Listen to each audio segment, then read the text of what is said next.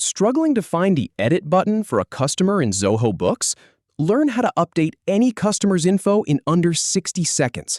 First, we'll open Zoho Books and navigate to the customer list. Then I'll show you exactly where to click to edit and save changes. First, open up Zoho Books in your browser.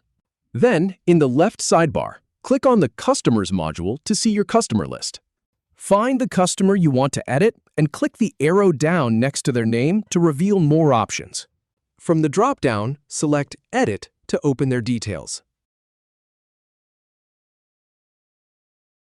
Now, update the customer information as needed, like their name or contact details.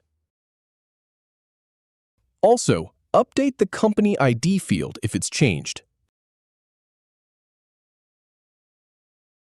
Click Save to apply your changes.